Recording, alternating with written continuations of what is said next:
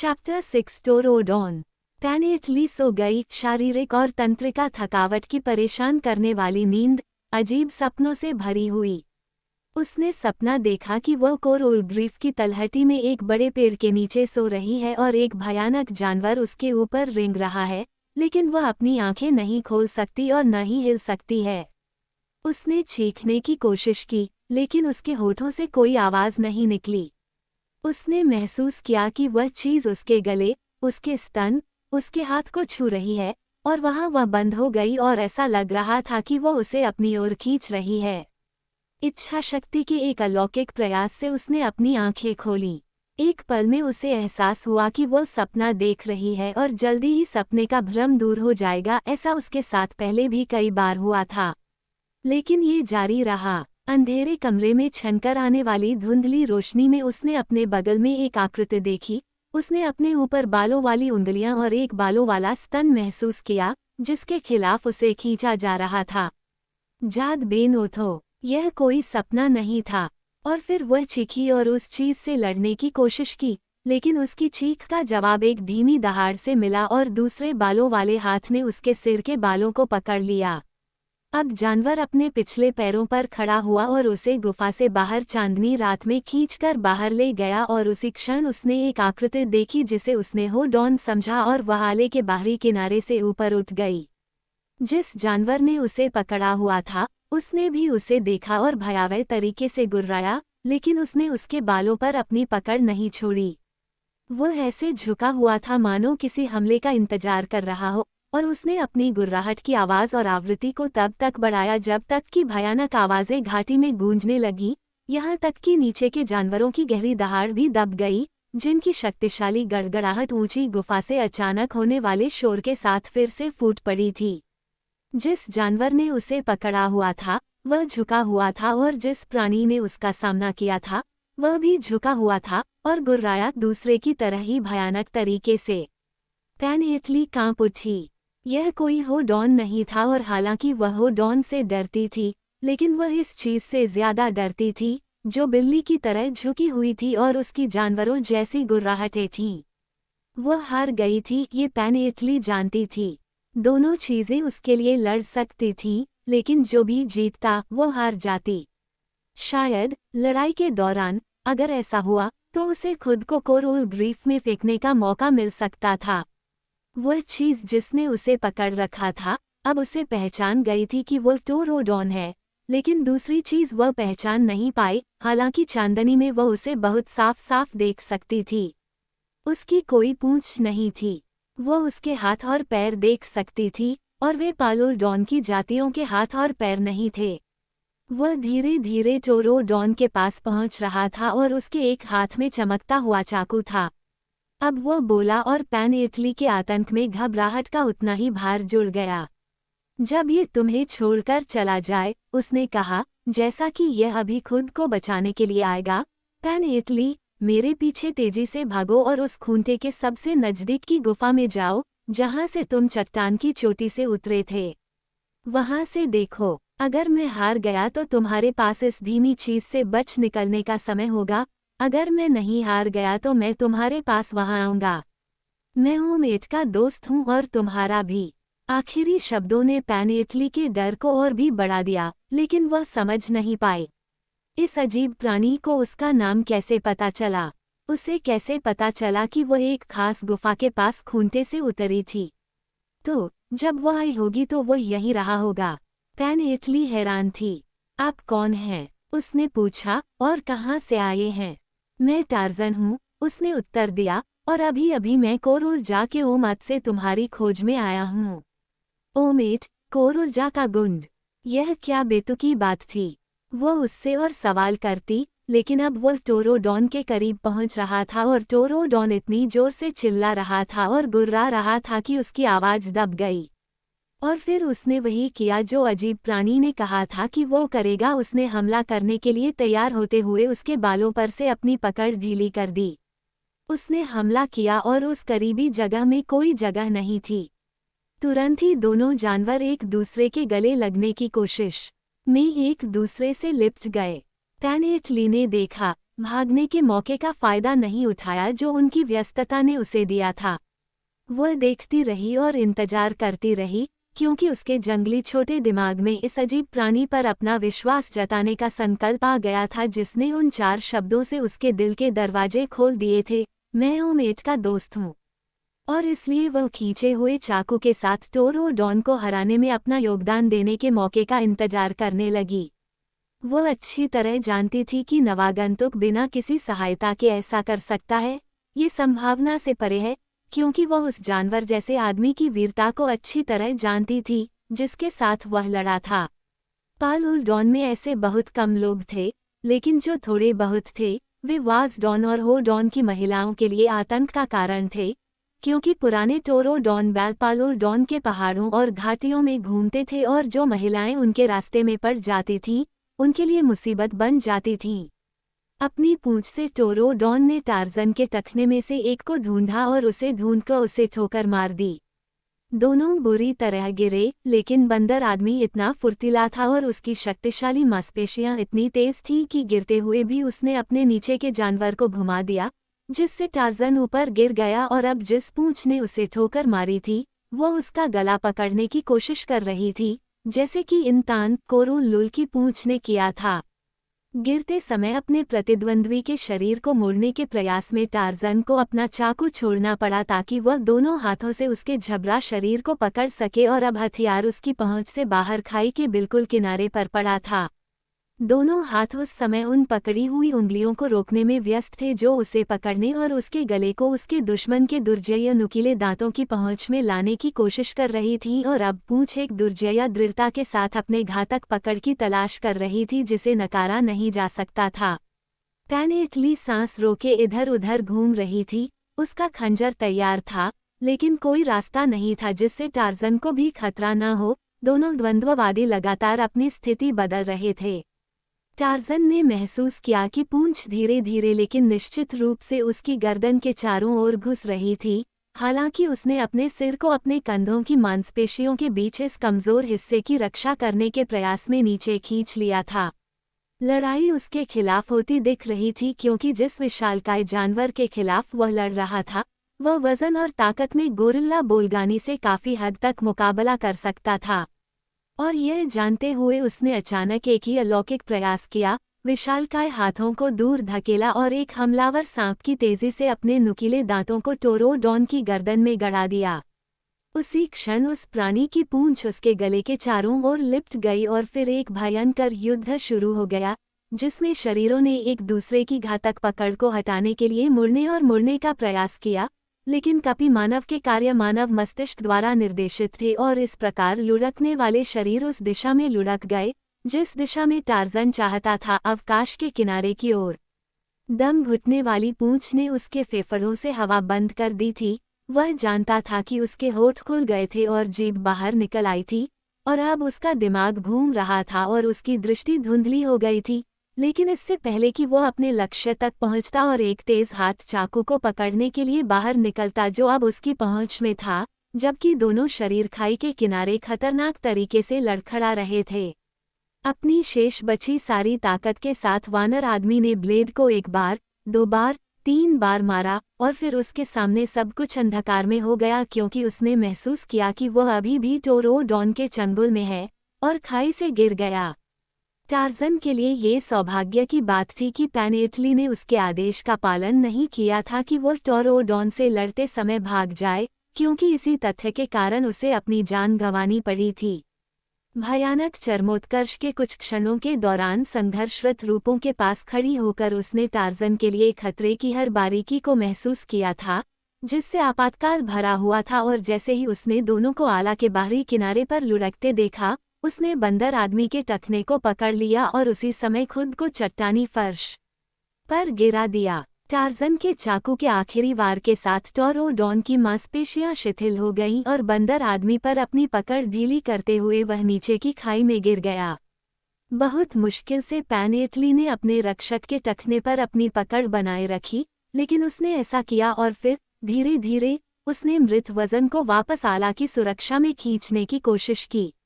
हालांकि यह उसकी ताकत से परे था और वह बस कसकर पकड़ सकती थी। उम्मीद करती थी कि उसकी सहनशक्ति खत्म होने से पहले कोई योजना खुद ही सुझाएगी।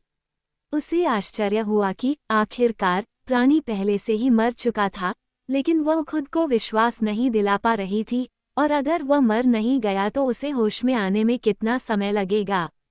अगर वह जल्दी से वापस नहीं आया तो वह कभी भी वापस नहीं आएगा, ये वह जानती थी, क्योंकि उसने महसूस किया कि उसकी उंगलियां उन पर दबाव से सुन्न हो रही थीं और धीरे धीरे उनकी पकड़ से फिसल रही थीं। तभी टार्ज़न को होश आया। वह नहीं जान सका कि कौन सी शक्ति उसे पकड़े हुए थी, लेकिन उसने महसूस किया कि जो कुछ भी था वह धीरे धीरे उसके टखने पर अपनी पकड़ ढीली कर रही थी। उसके हाथों की आसान पहुंच के भीतर 2 खूंटे थे और उसने उन्हें पकड़ लिया। जैसे ही पैनियटली की उंगलियां उनकी पकड़ से फिसल गईं, जैसे जैसे वह खाई में गिरने के करीब पहुंचता गया, केवल उसकी महान शक्ति ने उसे बचाया। अब वह सीधा खड़ा था और उसके पैरों ने दूसरे खूंटे पकड़ लिए थे। उसका पहला विचार उसके दुश्मन के बारे में था। वह कहाँ था? उसे खत्म करने के लिए वहां ऊपर इंतजार कर रहा था। टार्ज़न ने देखा कि पैनियटली का भयभीत चेहरा अवकाश की दहलीज पर दिखाई दिया। तुम जीवित हो? वह चिल्लाई। हाँ, टार्ज़न ने जवाब दिया। वह झबरा वाला कहाँ है? पैनियटली ने नीचे की ओर इशारा किया। वहाँ, उसने कहा। मृत? अच्छा, बंदर आदमी ने चिल्लाते हुए उसके पास चढ़ते हुए कहा। तुम्हें कोई नुकसान नहीं पहुंचा है? उसने पूछा। आप ठीक समय पर आए, पैनियटली ने उत्तर दिया, परंतु आप कौन हैं और आपको कैसे पता चला कि मैं यहाँ था, और आप ओमेट के बारे में क्या जानते हैं, और आप कहाँ से आए हैं, और ओमेट को गुंड कहने का आपका क्या अभिप्राय था? रुको, रुको, टार्ज़न चिल्लाया, एक एक करके। अरे, लेकिन तुम सब एक जैसे हो। केरचक जनजाति की औरतें, इंग्लैंड की औरतें और पालोल डॉन की उनकी बहनें। धैर्य रखो और मैं तुम्हें वह सब बताने की कोशिश करूंगा जो तुम जानना चाहती हो। हम 4 लोग ओमत के साथ कोरुल जा से तुम्हें खोजने निकले। हम पर कोरुल लुल ने हमला किया और हम अलग हो गए। मुझे बंदी बना लिया गया, लेकिन मैं बच निकला। फिर से मैं तुम्हारे निशान पर ठोकर खा गया और उसका पीछा करते हुए इस चट्टान की चोटी पर पहुंच गया, ठीक उसी समय जब वो बालों वाला तुम्हारे पीछे चढ़ रहा था। मैं जांच करने आ रहा था जब मैंने तुम्हारी चीख सुनी। बाकी तुम जानते हो। लेकिन अपने ओमत को कोरुल जा का गुंड कहा, उसने जोर देकर कहा। एस सत गुंड है। एस सट मर चुका है, बंदर आदमी ने समझाया। ओमेट ने उसे मार डाला और अब ओमेट घायल है। ओमेट तुम्हें खोजता हुआ वापस आया। उसने एस सेट को तुम्हारी गुफा में पाया और उसे मार डाला। हाँ, लड़की ने कहा, एस सट मेरी गुफा में आया था और मैंने उसे अपने सुनहरे कवचों से मार गिराया और भाग निकली। और एक शेर ने तुम्हारा पीछा किया, टार्ज़न ने आगे कहा, और तुम चट्टान से कूदकर कोरुल लुल में जा गिरे। लेकिन तुम क्यों नहीं मारे गए, यह मेरी समझ से परे है। क्या तुम्हारे परे कुछ है? पैनियटली ने आश्चर्य से कहा। तुम्हें कैसे पता चला कि एक शेर मेरा पीछा कर रहा था और मैं चट्टान से कूद गया, और तुम्हें यह नहीं पता था कि नीचे गहरे पानी के तालाब ने मुझे बचाया था? मुझे भी ये पता होता, यदि कोरुल लुल तब न आता और मुझे तुम्हारी राह पर आगे बढ़ने से न रोकता। लेकिन अब मैं तुमसे एक सवाल पूछना चाहता हूँ। जिस चीज़ से मैंने अभी लड़ाई की है, उसे तुम किस नाम से पुकारते हो? यह एक टोरोडॉन था, उसने जवाब दिया। मैंने पहले सिर्फ एक ही देखा है। वे भयानक प्राणी हैं, जिनमें मनुष्य जैसी चालाकी और जानवर जैसी क्रूरता है। वाकई वह योद्धा महान होगा जो अकेले ही एक को मार डालता है। उसने खुले दिल से उसकी ओर देखा।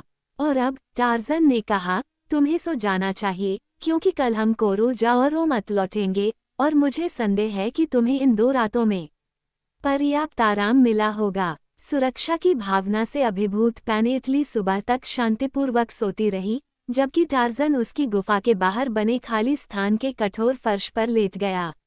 जब वह जागा तो सूरज आसमान में ऊंचा था। 2 घंटे तक सूरज मीलों दूर एक और वीर आकृति को देखता रहा था, एक देवता जैसा आदमी जो घिनौने दलदल से अपना रास्ता बना रहा था, जो बाहरी दुनिया के जीवों से पालोल डॉन की रक्षा करने वाली एक गंदी खाई की तरह था। कभी कमर तक कीचड़ में डूबा हुआ, कभी घिनौने सरीसृपों से डरा हुआ, वह आदमी केवल कठिन परिश्रम के बल पर आगे बढ़ रहा था और उस घुमावदार रास्ते पर इंच इंच आगे बढ़ रहा था जिसे उसे कम से कम जोखिम वाले पैर रखने के लिए मजबूर होना पड़ा था। दलदल के केंद्र के पास खुला पानी था, चिपचिपा हरा सा पानी। वह आखिरकार 2 घंटे से अधिक के प्रयास के बाद वहां पहुंचा, जो एक सामान्य आदमी को चिपचिपे कीचड़ में थका और मरता हुआ छोड़ देता। फिर भी वह दलदल के आधे से भी कम रास्ते पर था। कीचड़ और कीचड़ से चिकना उसका चिकना भूरा चमड़ा था, और कीचड़ और कीचड़ से चिकना उसकी प्यारी एनफील्ड थी जो उगते सूरज की पहली किरणों में बहुत चमकीली थी। वो खुले पानी के किनारे पर एक पल के लिए रुका और फिर खुद को आगे की ओर फेंकते हुए तैरने लगा। वो लंबे, आसान, शक्तिशाली स्ट्रोक के साथ तैरा, जो गति के बजाय धीरज के लिए गणना किए गए थे, क्योंकि उसका मुख्य रूप से धीरज का परीक्षण था, क्योंकि खुले पानी से परे और ठोस जमीन के बीच 2 घंटे या उससे अधिक का कठिन प्रयास था।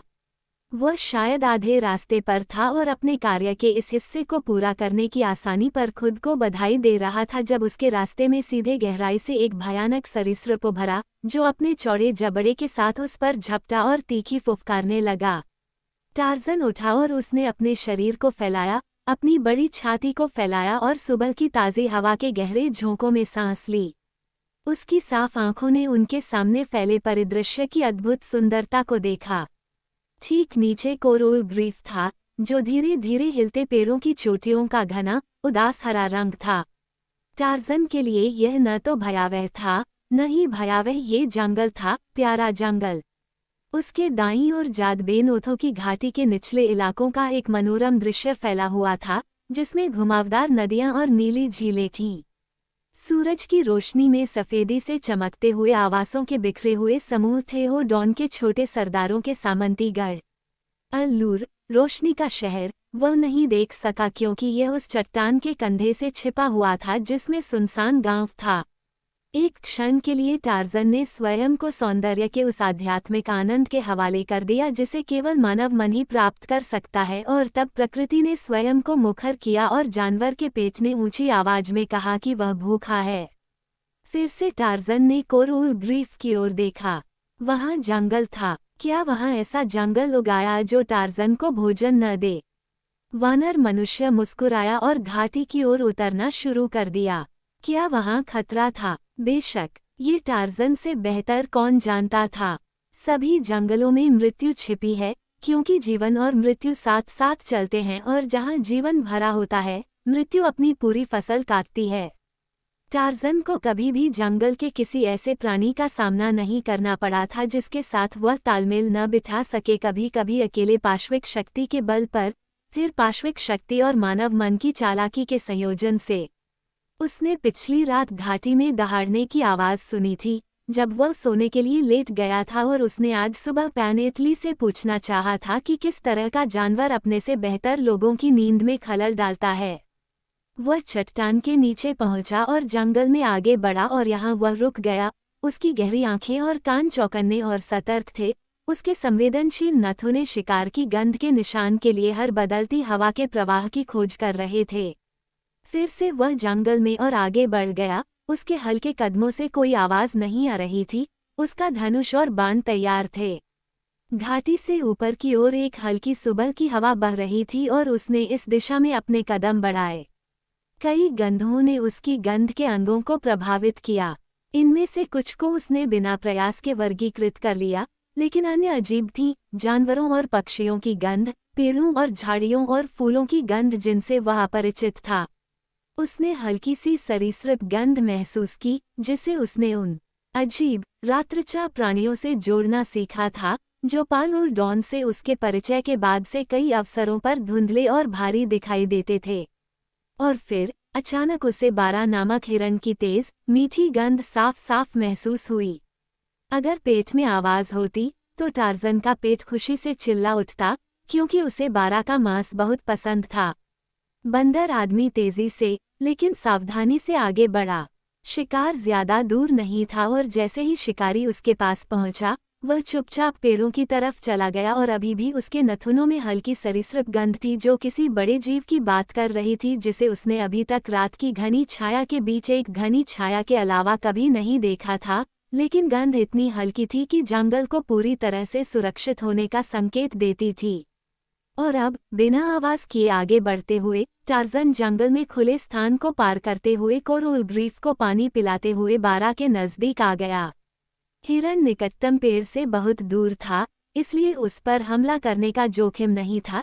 इसलिए बंदर आदमी को अपने पहले तीर की सटीकता और शक्ति पर निर्भर रहना चाहिए, जिससे हिरन को उसके रास्ते में ही गिरा दिया जाना चाहिए या हिरन और तीर दोनों को खोना चाहिए।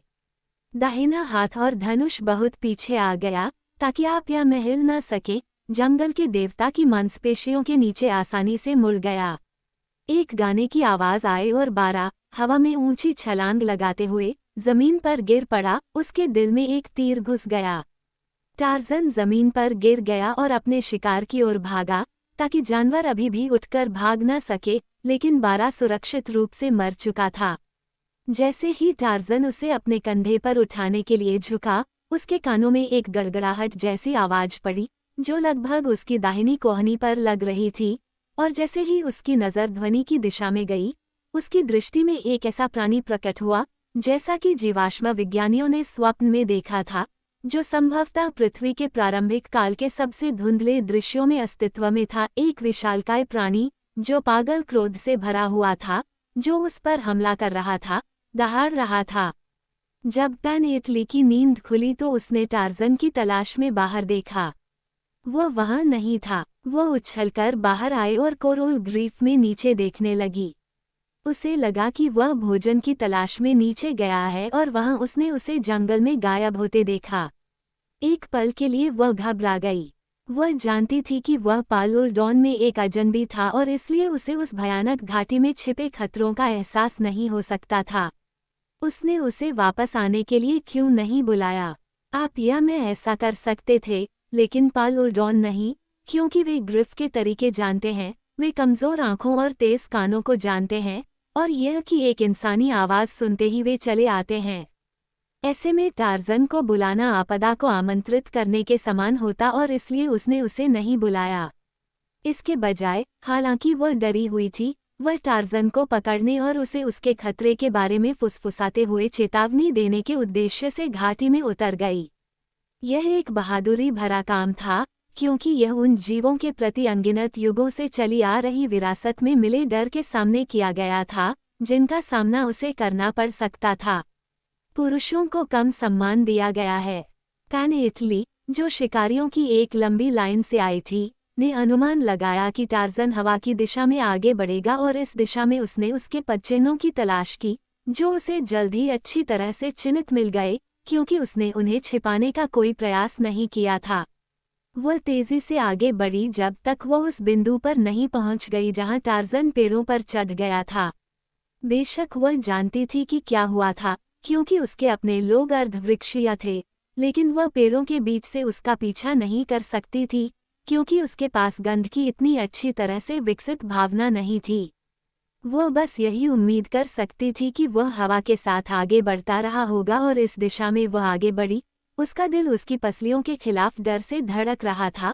उसकी आंखें पहले एक दिशा में और फिर दूसरी दिशा में घूम रही थीं। वह एक समाशोधन के किनारे पहुंची थी जब दो चीजें हुई। उसने टार्ज़न को एक मृत हिरन पर झुकते हुए देखा और उसी क्षण एक बहरा कर देने वाली दहाड़ उसके बगल में सुनाई दी। यह उसे वर्णन से परे भयभीत कर गया, लेकिन इससे डर का कोई पक्षाघात नहीं हुआ। इसके बजाय इसने उसे तुरंत कार्रवाई के लिए प्रेरित किया, जिसके परिणामस्वरूप पैन-एटली सबसे ऊंची शाखा के सबसे नज़दीकी पेड़ पर चढ़ गया जो उसका वजन सहन कर सके।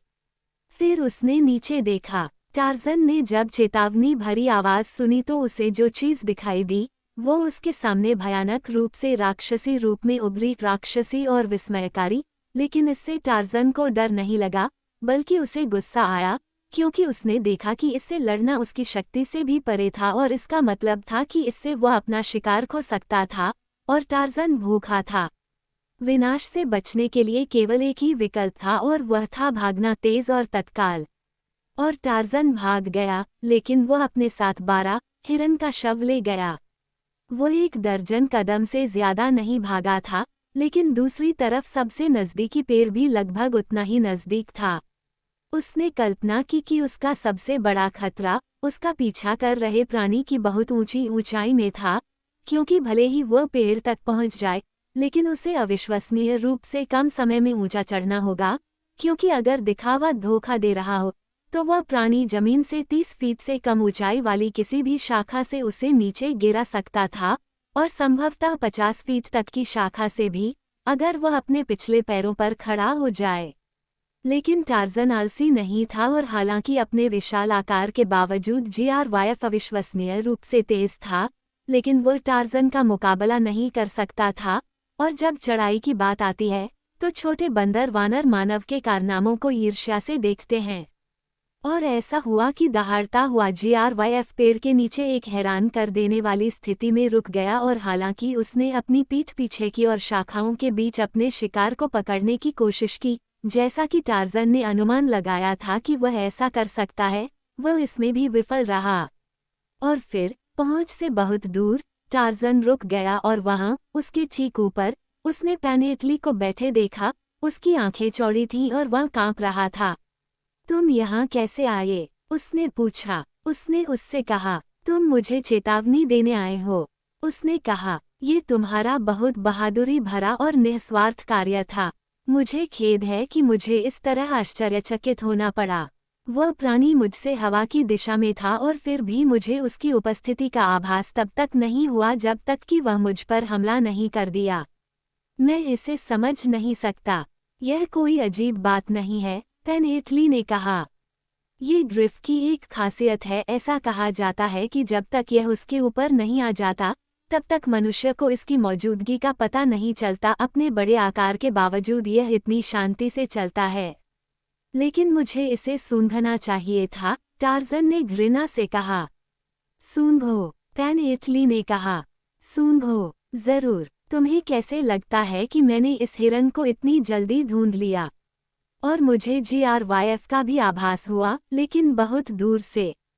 टार्ज़न ने अचानक बोलना बंद कर दिया और नीचे दहाड़ते हुए प्राणी की ओर देखा। उसके नथुने फड़क रहे थे, मानो वह किसी गंध की तलाश कर रहा हो। आह, उसने कहा, मेरे पास है। क्या? पैनेटली ने पूछा। मैं धोखा खा गया क्योंकि उस जीव से कोई गंध नहीं आती, बंदर आदमी ने समझाया। मैंने जो गंध महसूस की वह हल्की सुगंध थी जो निस्संदेह पूरे जंगल में फैल जाती है, क्योंकि कई जीव लंबे समय से जंगल में मौजूद हैं। यह ऐसी गंध है जो लंबे समय तक बनी रहेगी, भले ही वह हल्की ही क्यों न हो। पैनेटली, क्या तुमने कभी ट्राइसेराटॉप्स के बारे में सुना है? नहीं। खैर, ये चीज़ जिसे तुम जीआरवाईएफ कहते हो, वह एक ट्राइसेराटॉप्स है, और यह सैकड़ों हजारों सालों से विलुप्त हो चुका है। मैंने लंदन के संग्रहालय में इसका कंकाल देखा है और एक की आकृति को पुनर्स्थापित किया है। मैंने हमेशा सोचा था कि इस तरह का काम करने वाले वैज्ञानिक मुख्य रूप से एक अतिरंजित कल्पना पर निर्भर थे, लेकिन मैं देखता हूं कि मैं गलत था। ये जीवित चीज़ उस पुनर्स्थापना का बिल्कुल प्रतिरूप नहीं है जिसे मैंने देखा था, लेकिन यह इतनी समान है कि इसे आसानी से पहचाना जा सकता है। और फिर हमें ये भी याद रखना चाहिए कि जीवाश्म विज्ञानी के नमूने के जीवित रहने के बाद से जो युग बीत चुके हैं, उनमें जीवित रेखा में विकास द्वारा कई बदलाव किए गए होंगे जो स्पष्ट रूप से पालोडॉन में बने रहे हैं। Triceratops, London, palaeo. मुझे नहीं पता कि तुम किस बारे में बात कर रहे हो, पैनेटली चिल्लाया। टार्ज़न मुस्कुराया और नीचे खड़े क्रोधित प्राणी के चेहरे पर मृत लकड़ी का एक टुकड़ा फेंका। तुरंत गर्दन के ऊपर का बड़ा बोनी हुड खड़ा हो गया और विशालकाय शरीर से एक पागल गर्जना निकली।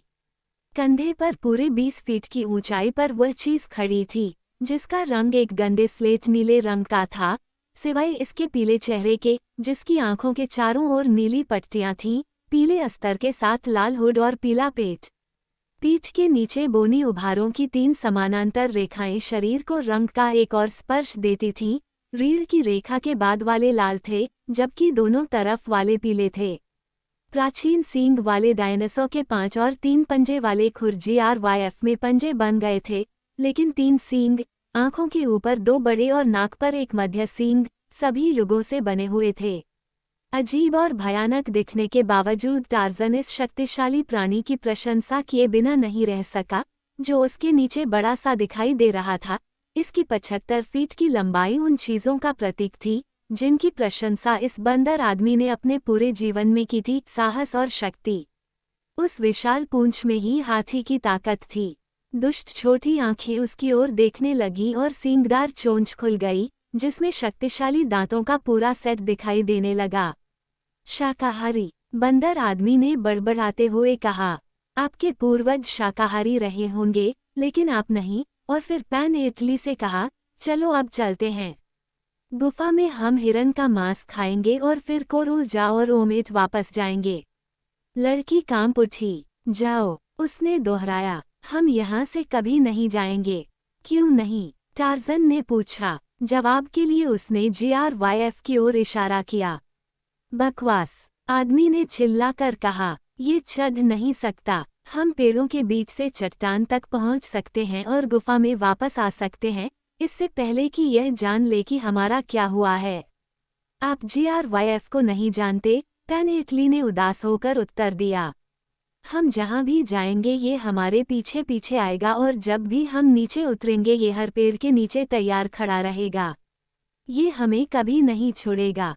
यदि आवश्यक हुआ तो हम लंबे समय तक पेड़ों पर रह सकते हैं, टार्जन ने उत्तर दिया, और किसी समय ये चीज चली जाएगी। लड़की ने अपना सिर हिलाया। कभी नहीं, उसने कहा, और फिर टोरोडॉन है। वे आएंगे और हमें मार देंगे और थोड़ा खाने के बाद संतुलन को ग्रिफ पर फेंक देंगे। ग्रिफ और टोरोडॉन दोस्त हैं, क्योंकि टोरोडॉन अपना खाना ग्रिफ के साथ साझा करता है।